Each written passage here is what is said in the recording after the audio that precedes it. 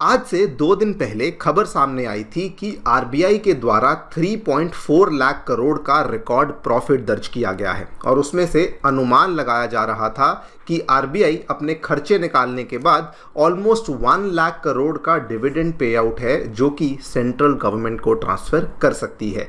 लेकिन दोस्तों, इसका जो ऑफिशियल डेटा है वो अब अनाउंस हो चुका है एंड जो ऑफिशियल डेटा है इसको सुनकर सभी लोग हैरान हो चुके हैं। सभी के सभी इकोनॉमिस्ट इस नंबर को सुनकर हैरान हो चुके हैं बिकॉज आरबीआई के द्वारा अपने इतिहास का सबसे हाईएस्ट डिविडेंड पे आउट है जो कि सेंट्रल गवर्नमेंट के लिए अप्रूव कर दिया गया है। आप लोग यहाँ पे देख सकते हैं, द हिंदू की ये खबर है, RBI approves ₹2.11 lakh crore dividend pay out for the central government for 2023-24। आप लोग यहाँ पे ये वाला ग्राफ भी देख सकते हैं। पिछले 10 सालों का पूरा डेटा इस ग्राफ में दिखाया गया है। 2012-13 में कितना डिविडेंड ट्रांसफ़र किया गया था, 13-14 में केवल 18-19 एक ऐसा साल था जब 1.5 लाख करोड़ से ज़्यादा का डिविडेंड ट्रांसफ़र किया गया था। और उसके बाद आज हम लोग देख रहे हैं कि 2023-24 के वित्तीय वर्ष के लिए आरबीआई 2 लाख करोड़ से भी ज़्यादा का डिविडेंड पे आउट है जो कि गवर्नमेंट को ट्रांसफ़र करने वाला है। इतना ही नहीं, ये वाली खबर और भी कई रीज़न से स्पेशल बन जाती है। नंबर 1 जो यहाँ पर एक्सपेक्टेशंस था वो ये कहा जा रहा था कि 1 लाख करोड़, ज़्यादा से ज़्यादा 1.2 लाख करोड़ का डिविडेंड ट्रांसफ़र होगा, लेकिन हमें 2 लाख करोड़ से भी बड़ा नंबर देखने को मिला है। दूसरी बात, ये वाला जो नंबर है पिछले साल की तुलना में 140% से भी ज़्यादा की बढ़त देखने को मिली है। लास्ट ईयर यही नंबर 87,416 करोड़ पे था और इस साल आपके सामने ही है। और तीसरी बात, जहां दुनिया के अलग अलग सेंट्रल बैंक्स, दुनिया की बड़ी बड़ी इकोनॉमीज़ वापस ट्रैक पे नहीं आ रही हैं, इन्फ्लेशन को मैनेज करने में दिक्कतें आ रही हैं, वही भारत के आरबीआई के द्वारा सबसे पहले तो प्रॉफिट जनरेट किया गया, उसके बाद रिकॉर्ड हाई डिविडेंड का जनरेट किया गया एंड इतना ही नहीं, इवन ये सब करने के बावजूद हमारे आरबीआई का जो फॉरेक्स रिजर्व्स का जो पूरा का पूरा हमारा बैलेंस है वो भी शानदार चल रहा है। बात करेंगे दोस्तों इस पूरी खबर के बारे में, क्या क्या यहाँ पर इसके फ़ायदे हैं जो कि हमें देखने को मिलने वाले हैं। कहा यह भी जा रहा है कि बिकॉज इतने बड़े लेवल पे डिविडेंड पे आउट देखने को मिला है तो इंडियन गवर्नमेंट का जो फिस्कल डेफिसिट है उसको भी थोड़ा सा यहाँ पे रिलीफ मिलेगा। उसमें 0.4% का हमें यहाँ पे कटौती देखने को मिल सकती है। इन सभी चीज़ों के बारे में डिस्कशन किया जाएगा कि आरबीआई के द्वारा इतना भारी प्रॉफिट कैसे जनरेट किया गया और इतना ज़्यादा जो डिविडेंड है इसको कैसे जनरेट किया गया, इसको भी समझने का प्रयास किया जाएगा। आइए शुरू करते हैं मेरे साथ। मेरा नाम है अनिरुद्ध। यदि आप लोग हमें फॉलो करना चाहते हैं, हमारे लेक्चर्स के अपडेट्स को प्राप्त करना चाहते हैं तो यहाँ पर दिए गए टेलीग्राम चैनल्स के माध्यम से ऐसा कर सकते हैं। ऑल राइट, सो सभी बैंकों की तरह आरबीआई की भी एक बैलेंस शीट होती है। तो इस बैलेंस शीट में अगर मैं बहुत ही सिंपली बताना चाहूँ तो 2023-24 का जो वित्तीय वर्ष था उसमें आरबीआई के द्वारा 3.4 लाख करोड़ से भी ज़्यादा का प्रॉफिट दर्ज किया गया था। अब उसके बाद आरबीआई के कई सारे खर्चे होते हैं। खर्चे कैसे होते हैं? जैसे करेंसी नोट्स को प्रिंट करना है, जो आपके कॉइन्स हैं उनको मिंट करना है। उसके बाद जहाँ पर भी आरबीआई ने अगर मान लीजिए कुछ पैसा लिया हुआ है, कुछ पैसे को बोरो किया हुआ है तो उस पर कुछ इंटरेस्ट देना है। उसके बाद स्टाफ की सैलरीज होती हैं, पेंशन्स होती हैं और उसके अलावा आरबीआई कंटिंजेंसी टाइम के लिए कुछ प्रोविजनिंग अमाउंट है जिसको कि सेपरेटली अपने पास स्टोर कर लेता है। ये सारा का सारा जब इस चीज़ को माइनस किया जाता है फ्रॉम द नेट प्रॉफिट तो उसके बाद जो आपके पास नेट बच जाता है वो अमाउंट इस साल आई है 2.11 लाख करोड़। और ये एस्टिमेट्स यहाँ पर अलग अलग बैंकों के द्वारा एस्टिमेट्स लगाए गए थे कि 1 लाख करोड़ का नंबर आ सकता है, 1.2 लाख करोड़ तक का नंबर आ सकता है, लेकिन किसी ने भी इस चीज़ का अनुमान नहीं लगाया था कि नेट जो आरबीआई के पास यहाँ पर अपने खर्चे निकालने के बाद प्रॉफिट होगा वो 2 लाख करोड़ से भी ज़्यादा का होगा। और अब हम लोग देख रहे हैं कि आरबीआई के द्वारा उसी 2 लाख करोड़ से भी ज़्यादा के आंकड़े को डिविडेंड पे आउट के रूप में सेंट्रल गवर्नमेंट के लिए अप्रूव कर दिया है। यहाँ पर आप देख सकते हैं, this is more than double the amount which RBI had paid for the previous 2022 and 23 financial year. पिछले साल केवल 87,000 करोड़ था और इस साल आप लोग देख सकते हैं 2.11 लाख करोड़ के आंकड़े को हम लोग टच कर चुके हैं।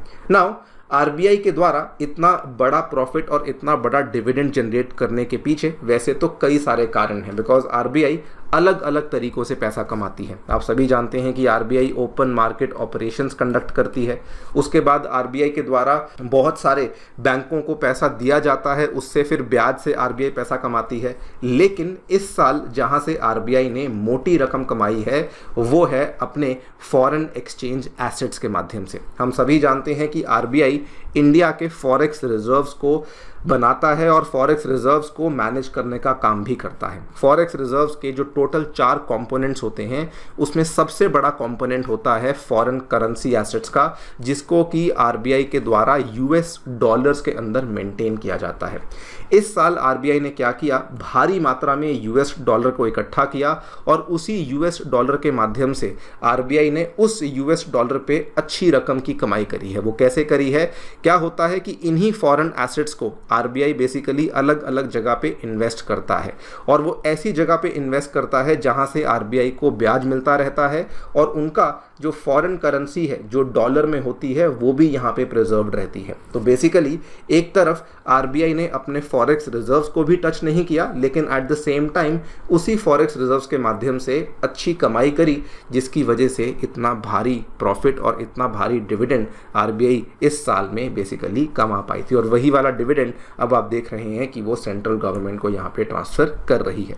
इसका फायदा क्या होगा, इकोनॉमिस्ट का ये मानना है कि 2023-24 का जो ये डिविडेंड है जो कि आरबीआई अब इस साल गवर्नमेंट को ट्रांसफ़र कर रही है, मतलब कि 24-25 में ट्रांसफ़र कर रही है, तो इस साल गवर्नमेंट का जो फिस्कल डेफिसिट है वो काफ़ी ज़्यादा कम हो सकता है। नंबर 1, अब यहाँ पर जब इतनी मोटी रकम आरबीआई के द्वारा ही सरकार को मिल जाएगी, इससे सरकार को कई सारे फायदे होंगे। नंबर 1 तो सरकार जो है वो आराम से बैठ करके अपने एक्सपेंडिचर को एनहांस कर सकती है। एंड नंबर 2, यहाँ पर गवर्नमेंट की जो बोरोइंग नीड्स हैं जो कि गवर्नमेंट पब्लिक से लेती थी फिस्कल डेफिसिट के रूप में, अलग अलग तरीक़ों से बोरो करती थी, वो भी यहाँ पे काफ़ी कम हो जाएगी। यही यहाँ पर कहा जा रहा है कि जो आने वाला बजट है उसमें गवर्नमेंट के पास एक बहुत बड़ा ब्रीदिंग रूम मिल जाएगा, बिकॉज अब गवर्नमेंट की जो बोरोइंग नीड्स हैं वो काफ़ी ज़्यादा कम हो जाएंगी। आपको बता दूं, इंटरिम बजट में सरकार ने अनुमान लगाया था कि डिविडेंड और प्रॉफिट से सरकार मोटा मोटा 1.5 ट्रिलियन रुपीस यानी कि 1.5 लाख करोड़ के आसपास की कमाई कर पाएगी, लेकिन आरबीआई ने ही यहाँ पे 2.11 लाख करोड़ की अमाउंट दे दी है। दिस क्लियरली मीन्स कि हमारी जो एक्सपेक्टेशंस हैं वो बहुत ज़्यादा एक्सीड हो चुकी हैं और इस ऑब्वियसली इसके बाद सरकार की जो बोरोइंग की रिक्वायरमेंट्स हैं वो भी बहुत ज़्यादा गिर जाएंगी। इसी खबर को अगर आप रिलेट करेंगे कि गवर्नमेंट ने डिसइन्वेस्टमेंट से कितनी कमाई करी है, तो वहाँ से भी ये चीज़ प्रूव हो जाती है कि वहाँ से भी हमारे जो आंकड़े हैं वो बहुत ज़्यादा क्रॉस हो चुके हैं। गवर्नमेंट का डिसइन्वेस्टमेंट का जो टारगेट था वो 30,000 करोड़ का था, लेकिन 2023-24 में हमने ऑलमोस्ट 32,000 करोड़ की यहाँ पे कमाई करी है, जो कि अगेन कहीं ना कहीं हमारे फिस्कल डेफिसिट टारगेट को ही मीट करने में और ज़्यादा सपोर्ट करने वाली है। ओवरऑल अगर आप देखें, आरबीआई के द्वारा इतनी कमाई कर ली गई है, सरकार के पास इतना पैसा आ चुका है कि आरबीआई आई थिंक पूरी दुनिया में अकेला ऐसा बैंक बन चुका है जिसने कि ट्रेजरी बिल्स के थ्रू जो बोरोइंग है उसको सब्सटेंशियली रिड्यूस कर दिया है। ये खबर आज से मात्र 3 दिन पहले की है। आरबीआई ने अनाउंस किया था कि गवर्नमेंट जो ट्रेजरी बिल से पैसा इकट्ठा करती है उसको अब कम करना पड़ेगा, बिकॉज हमारे पास ज़रूरत से ज़्यादा पैसा इकट्ठा हो चुका है। इसके मायने कई सारे हैं। नंबर 1, इसका फ़ायदा बेसिकली क्या है, जो पैसा जो आरबीआई पब्लिक से लेने वाली थी ट्रेजरी बिल्स के माध्यम से, अब वो पैसा आरबीआई नहीं लेगी, मतलब कि वही वाला पैसा अब लोगों के पास वापस पड़ा रहेगा और वही वाला पैसा अब इवेंचुअली बैंकों के पास जाने लग जाएगा, जिससे कि ओवरऑल हमारा जो बैंकिंग सेक्टर है, हमारा जो फाइनेंशियल सेक्टर है, उसको भी बहुत बड़ा बूस्ट मिलेगा।